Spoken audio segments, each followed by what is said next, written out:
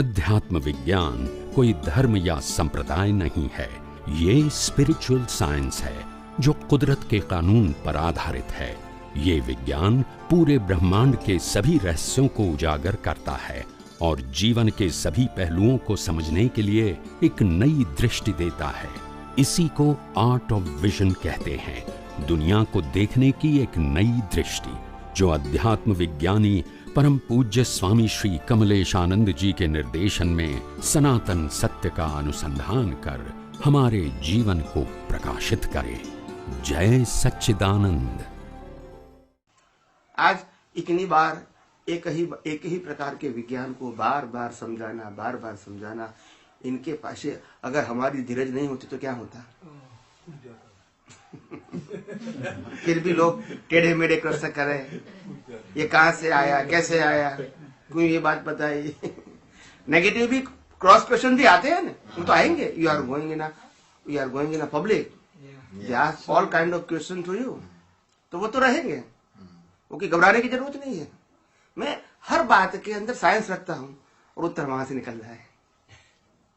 जैसे कोई लोग पहले शुरुआत में मेरे को प्रश्न करते थे कि स्वामी जी, हम तो ये सत्संग सुनते हैं, बहुत बार सत्संग सुना, फिर आपकी बात अभी कंठस्थ हो गई, तो क्या हम दूसरे को बता सकते हैं? बोला क्यों नहीं बता सकते हैं? बोला नहीं, कोई लोग कहते हैं कि नहीं, आप सत्संग नहीं कर सकते हैं, आपको तो सुनने का ही है बरसर। मैंने कहा ये सोच कैसी है? किसी को कुशन कहने के लिए परमिशन की जरूरत नहीं है, सत्संग के लिए परमिशन की जरूरत है। What you are thinking? आपके पास जो है वो आपको शेयर करने का आपका अधिकार है। सामने वाला नहीं इंटरेस्ट रखता है तो अलग बात है, उसमें सोचने की क्या जरूरत है? Not required permission. आप समझे ना? किसी को गलत रास्ते पर ले जाते हैं तो परमिशन लेते हैं किसी के पास कि मैं उसको ये रास्ता बताऊं या ना बताऊं? नहीं। तो अच्छे रास्ते बताने के लिए क्यों परमिशन की जरूरत है? तो ये फिर क्या होता है कि एक व्यक्ति को जब सत्ताधारी बन जाते हैं तो उनको लगता है कि सत्ता मेरी होनी चाहिए और कोई व्यक्ति ये प्रकार का प्रयोग नहीं करे, तो it's one kind of monopoly. और मैं ये नहीं करना चाहता हूं। मैं तो कहता हूं आप सब साइंटिस्ट बनो और आपका अनुभव लोगों को शेयर करो। आई लाइक इट, बिकॉज मेरा काम क्या है, मेरी भावना क्या है, लोगों के पास साइंस पहुंचे। ऐसा नहीं कि मेरे माध्यम से ही पहुंचे, कोई भी माध्यम से लोगों के पास साइंस पहुंचे। यहाँ एक लेडी वक्ता आती है, क्या बताया? गुरु माँ आती है। तो पहले वो गीता के ऊपर बहुत बात करती थी, अभी वो स्पिरिचुअल की बात करते हैं, आध्यात्म आत्मा की बात करते हैं, कर्म की बात करते हैं, पुनर्जन्म की बात करते हैं, और ये क्रिया करते हैं, वो कर्म फल है, ऐसी बात करते हैं। तो धीरे धीरे यानी लोगों के पास साइंस जाता है। I am very happy. ऐसा नहीं कि मैं ही कहूं, कोई भी बोले, जब साइंस की बात करते हैं it is I am happy. ये मेरी तो भावना का प्रतीक है, ये मोनोपोली की बात नहीं है। ज्ञानी का मतलब ये होता है कि जो मुझे मिला है मैं दूसरों को, हाँ, जो खुशी मुझे मिली है, जो आनंद मुझे मिला है, जो ज्ञान मिला है, मगर ये उसमें क्या हो जाता है, फिर मोनोपोली हो जाती है। I think it's a weakness. वही तो बताता हूं मैं, आप ओपन कर दो। कोई व्यक्ति मेरे पास आती है, उनकी कुछ प्रॉब्लम्स लेके, तो मैं उनको प्रयोग बता देता हूँ कि आप ये प्रयोग कर सकते हो। अगर मैं इस प्रयोग को हाइड करके मैं उसको कहता हूँ कि आप जब भी तकलीफ आए जाए तो मेरे पास आना, मैं विधि कर दूंगा, मैं उसको हाइड रख सकता हूँ। मगर मेरा सोच ये नहीं है। मैं उसको भले विधि करता हूँ मगर उसको साइंस बता देता हूँ कि आपको इस प्रकार की प्रार्थना करनी है। अब घर पे बैठे भी कर सकते हैं, यहाँ आने की जरूरत नहीं है। तो ये कोई चमत्कार की या कंफ्यूजन की या मोनोपोली की बात नहीं करना। आपको ओपन होना है, दैट्स इट। अगर आप ओपन नहीं होंगे, लोगों को सही बात कैसे मालूम होगी? भले आज कम सुनते हैं, कल लाखों करोड़ों लोग सुनने वाले हैं। ये मेरी सोच है। मैं ये नहीं समझता हूं कि इतने लोग सुनेंगे, करोड़ों लोग सुनेंगे। आप समझे ना? जैसे जैसे आम लोगों के पास जाएगा तो सब थिंकर तो है, विचारक तो है, मगर ये यहाँ दृष्टि नहीं पड़ी उसकी, क्या ऐसा विज्ञान भी इस ब्रह्मांड में या तो इस दुनिया में उपलब्ध है, ऐसा उसको संजोग नहीं मिला है। जैसे जैसे जो व्यक्ति को सुनने को मिलता है, आप नहीं समझोगे, लोग YouTube में से सुन के मेरे को फोन करते हैं, और ज्ञान दिया है उन्होंने 15-20 साल से। बोला स्वामी जी ये आपका सत्संग मैंने 2-3 सुना, तभी समझ में आया कि आखिर साइंस क्या है। अभी ज्ञान तो लिया था मगर साइंस समझ में नहीं आया था, क्योंकि वहां साइंस बेस है ही नहीं, वहां रिचुअल बेस है। तो इसीलिए हमारा एक ही बेस है कि लोगों को किस प्रकार से ये यूनिवर्सल ट्रूथ साइंस है एज इट इज प्रेजेंट करें with the law of nature, with proper example. बस यही हमारी भावना है। और वही साइंस को आप खुद समझो, अप्लाई करो और एक्सपीरियंस करो, बस। स्वामी जी मेरा प्रश्न है, जैसे आप कहते हैं कि हम ये जो अंतस्करण है इसको हम मन बोलते हैं, तो मन, बुद्धि, चित्त, अहंकार 4 का रोल है, और 4 का रोल अलग अलग नहीं है, जो कैसे यूज होता है उसी तरह है जी, ठीक है जी।